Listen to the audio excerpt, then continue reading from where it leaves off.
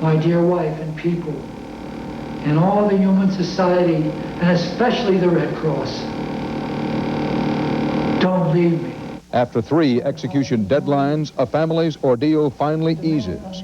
For now, pro-Iranian terrorists spare the life of one American hostage.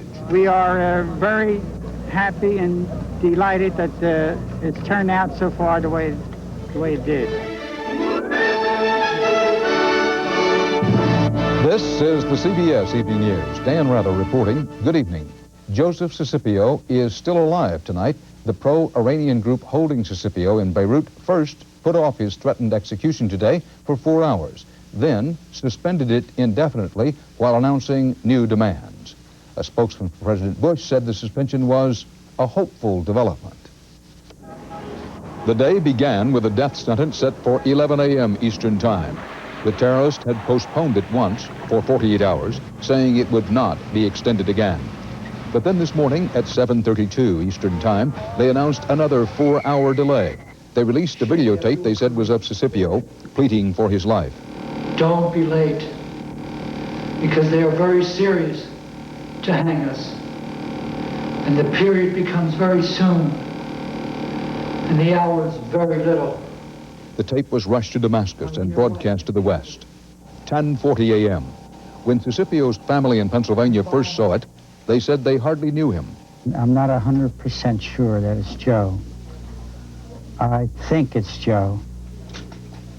I would have to study the tape a few more times before I could say definitely that it is. The statement, which appeared to have been written by the captors, tried to increase the pressure on Israel to release its kidnapped Shiite leader. And demand from the American people to oblige Israel to release Sheikh Abdul Karim Obed immediately, because his kidnapping is not human. Israel had no response. In Tehran, it was presidential inauguration day for another key player, Hashim Rafsanjani. He is said to be eager to improve ties with the West and shed the image of terrorism as Iran's national policy. Back in Pennsylvania, emotions were barely under control. On Capitol Hill, House members were calling for action. The murder of Joseph Cicippio would be a savage and barbarous act, and those who contemplate and threaten such action must be prepared to accept the consequences if they act. Against state-sanctioned terrorism. Across the United States, there was a volatile mix of anxiety and rage. At noon, Jews demonstrated outside the Iranian mission to the UN in New York. Thank you. 12:15 p.m., Chicago's Holy Name Cathedral held a special mass to pray for the hostages' safety. At the Cicippio home, the family drew together again and braced for another climax of fear and hope. Then at 2:40 p.m., just 20 minutes before the deadline, the word finally came. The death sentence was suspended. The worst was over, at least for now. The hostage takers are saying, look, we are willing to negotiate. Let's do something now. Late today, the captors released another still photo of Cicippio, along with a note, which said they had suspended the death sentence because of, quote, the intervention of parties with whom America pleaded. The statement from the kidnappers and torturers included new demands. They called on Israel to release not just Sheikh Obaid, but a number of Lebanese and Palestinian fighters held in Israel. It said lists of them would be drawn up and given to the Red Cross. Israel said it would study the new demands.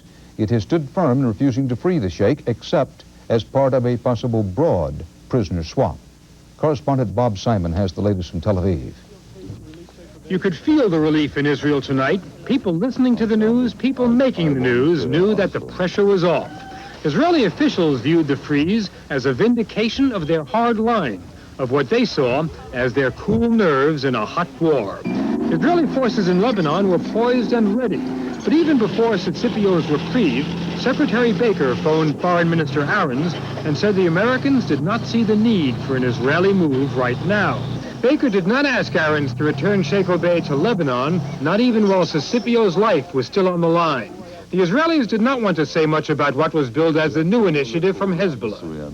If the information that came over from Beirut is a serious one, we'll look at it positively. But if the initiative really calls for the release of Palestinian detainees, as well as for the return of Sheikh Obeid and Lebanese prisoners, and offers nothing in return, officials here say, it will not be seriously considered. Israeli officials expressed appreciation tonight for what they called American patience and persistence. These officials said the most important development has been the creation of an effective channel between Washington and Tehran. They said you can get things done when you're dealing with a nation and not with some crazy men in Lebanon. Bob Simon, CBS News, Tel Aviv. Officials of the UN and the Vatican were among those trying today to recover the body of U.S. Marine Colonel William Higgins, whose pro-Iranian captors said they executed him on Monday. Alan Pizzi in Damascus is following those developments. As Beirut's beleaguered residents dig themselves out of the rubble of endless violence, one man who represents a totally different set of values is trying to find a way into Beirut's other endless madness, the hostage crisis. UN Undersecretary Marek Goulding went to the Iranian embassy in West Beirut. Goulding's primary mission is to find out if Marine Lieutenant Colonel William Higgins really was murdered by his Shiite Muslim captors, and if so, to try and retrieve his body. I still do not know whether Colonel Higgins is dead. I pray that he is not dead, but I still am in the process of trying to obtain information on that. There are no expectations here of a quick resolution. Things move slowly in the Middle East, and saving face is paramount. Tehran can influence the Hezbollah, or Party of God, because it created it and pays for it. Salaries for militiamen, subsidized hospitals, free clinics, and other social services in Shiite areas all come from Iran's pocket. Some estimates say Tehran pours $1 million a day into its Lebanese surrogates. With 30,000 troops in Lebanon, Syria can squeeze the kidnapped gangs by cutting off supplies to their areas. Syrian and Iranian pressure on the kidnappers almost certainly helped Joseph Cicippio win his indefinite stay of execution. Freedom, however, still looks a long way off for all the hostages. Alan Pizzi, CBS News, Damascus. We'll be talking to our correspondents about the outlook for the hostages, and also later on the CBS Evening News, Richard Wagner on a murder trial for South Africa's Trojan Horse policeman. Richard Schlesinger on gangsters among the immigrants from the Soviet Union.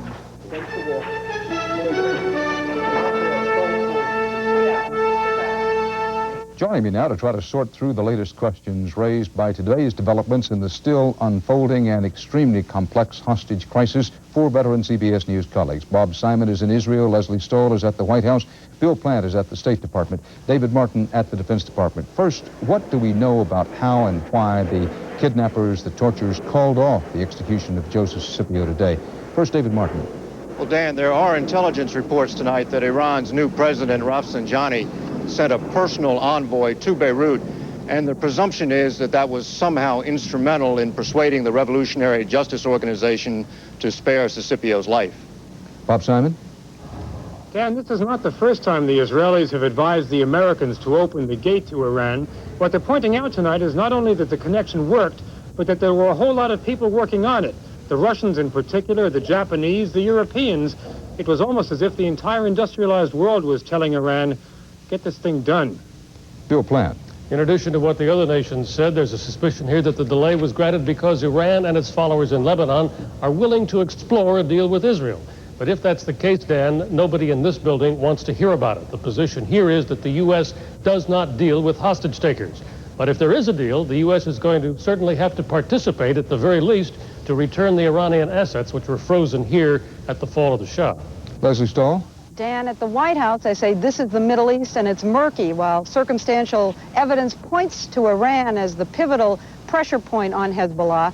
Other Middle Eastern leaders have told President Bush that it could have been Syria, it could have even been the Soviet Union that brought the pressure to bear.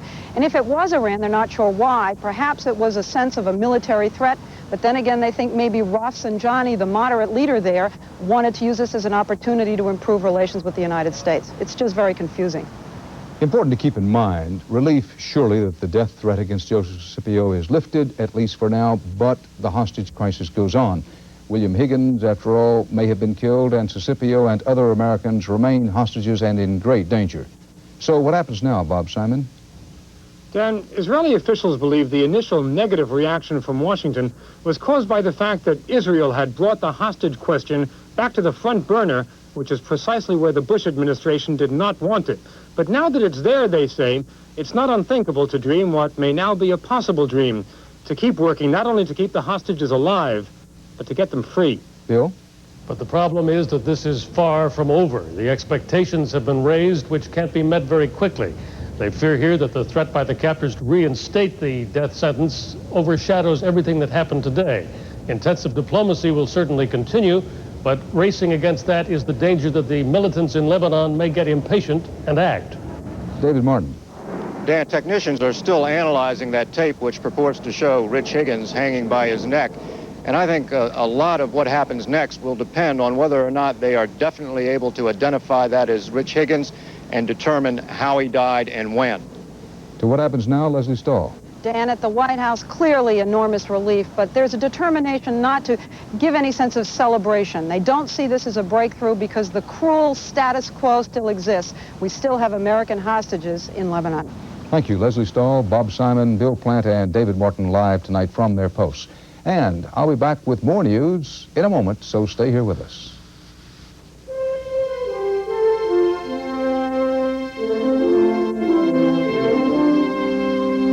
Unprecedented trial in South Africa. 13 security officers charged with murdering 3 young people. Their parents are prosecuting the case because the state would not. Today, correspondent Richard Wagner reports the Supreme Court in Cape Town rejected a defense demand that would have stopped the trial. Today's Supreme Court ruling means that for the first time in South African history, members of the security forces will be tried for murder on charges brought by private citizens. The killings took place almost 4 years ago during anti-apartheid unrest in Athlone, a mixed-race township near Cape Town. It's called the Trojan Horse case because white police officers hid themselves in an ordinary-looking delivery truck and then came up shooting, Jack-in-the-Box style, when the vehicle was stoned. In the hail of buckshot, 3 youths were killed. Even though a lower court found the police officers guilty of negligence and responsibility for the deaths of the 3 young men, the Attorney General of the Cape Province declined to charge the security officers with murder. But families of the victims refused to give up. Under a provision of South African law, they themselves charged 13 security personnel with murder. This is the last photo that was taken of him.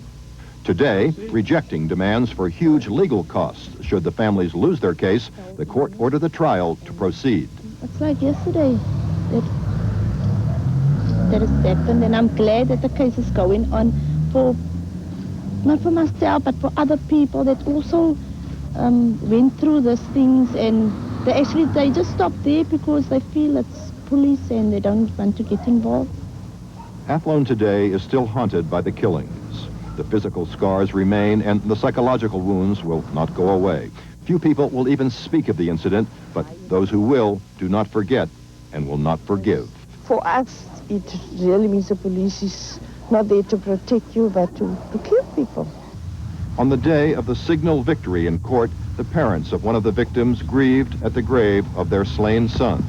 They and the other families are hoping for justice in a country not noted for dispensing it to people of color. Richard Wagner, CBS News, Athlone. In Washington, another sign that the U.S. economy may be heading toward a period of slow growth and possibly a recession. The Commerce Department reported today that its index of leading economic indicators fell again in June, this time by 0.1%. That is the 4th decline in 5 months.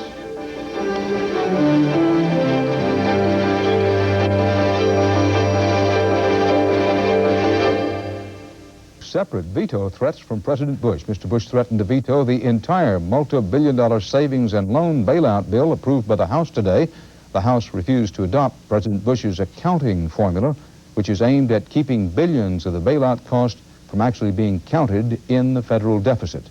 The president also threatened to veto a House-approved bill that would once again allow some taxpayer money to pay for abortions in the nation's capital.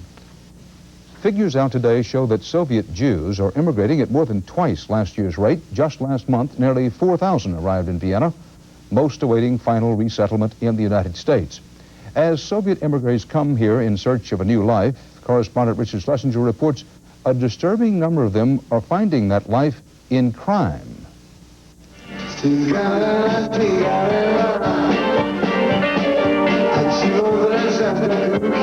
In the shadow of this country's vibrant and growing Soviet emigre community, mixed in among some of America's newest immigrants, are some of America's newest criminals, sophisticated, organized, and violent. We're talking about hundreds of people who have immigrated here who are now involved in organized criminal activities. This is a group. This is a ring. This is a gang. Pretty soon it'll be an army. Bootleg gasoline was the Soviet mobsters' ticket to the big time. Teaming up with the mafia, they took advantage of a weakness in the tax laws and sold gasoline without paying any tax. It was their most lucrative scheme. It was nearly $150 million or more that was stolen by this combined group in 1 year. In their race to make money, Soviet mobsters often print their own. All the money you're looking at, $1.4 million worth, is counterfeit. They don't just print $100,000, they'll print 20 million. Most of the Soviet mobs got organized here in the heavily Soviet neighborhood of Brighton Beach in Brooklyn. They are not as organized as the Italian mafia yet. Still, they've been able to extend their influence far beyond the borders of Brooklyn.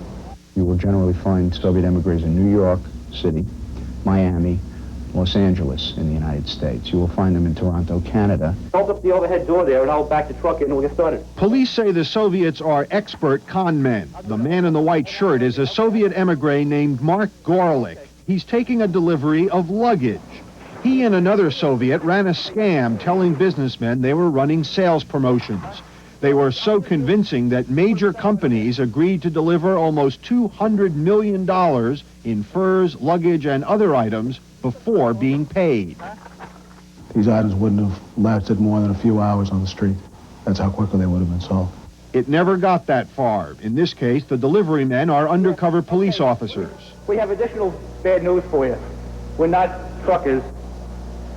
We're not with the furniture business or the luggage business. We're police officers, and you're under arrest. Police say the Soviet gangsters don't fear American justice. Okay? Even if they get caught, it's minor in comparison what they would get in Russia. This Soviet emigre has dealt with the mobs and doesn't want to be identified. When it comes to business, they're ready to go to war. There have already been casualties in that war. A leader of one Soviet mob was shot dead in his Rolls-Royce after he became a government informant. This organized crime element, Russian immigrants, they kill anybody. I think they're far more dangerous than organized crime as we know it. 100,000 Soviets are expected to apply for U.S. visas next year. The overwhelming majority are honest. But there is no way for American authorities to know who is looking to benefit from our system and who is looking to exploit it. Richard Schlesinger, CBS News, New York. Promising developments tonight in the battle against two incurable diseases. California scientists report that a new drug called Depronil appears to block the advance of Parkinson's disease in its early stages. Those taking the drug were able to work and function twice as long as those who did not. And a federal researcher reports that the drug AZT slows the progress of AIDS even in people who have relatively few symptoms of the disease. Up till now, AZT has been recommended for use in patients with advanced cases of AIDS.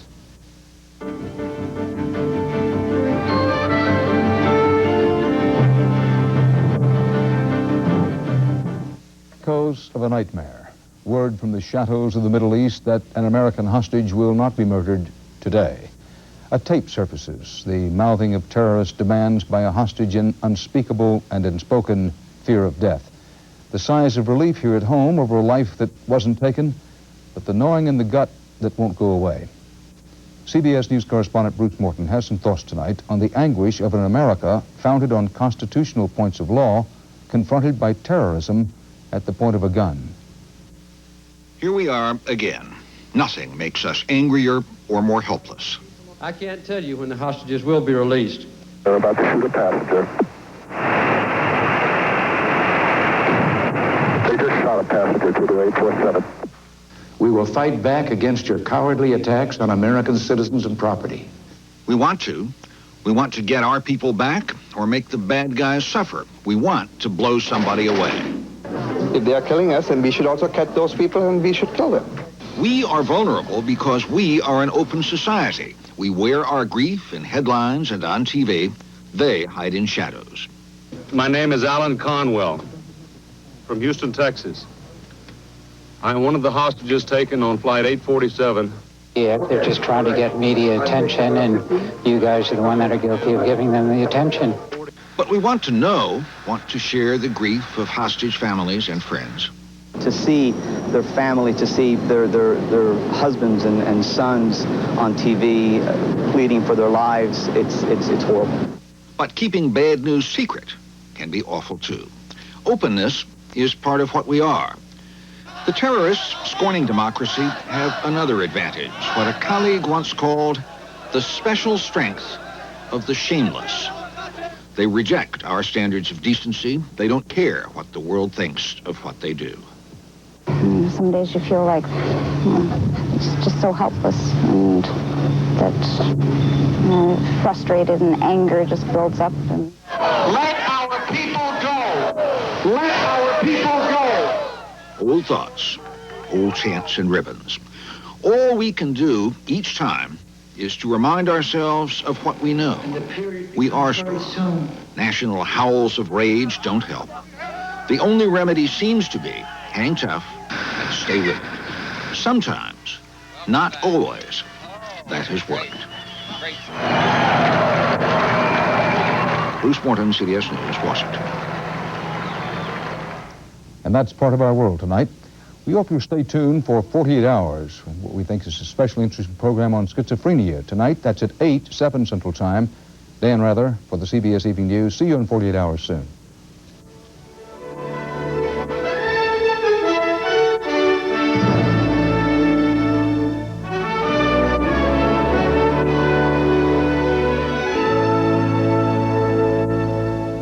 Out of mind, the torment of schizophrenia, the public problem, the private hell.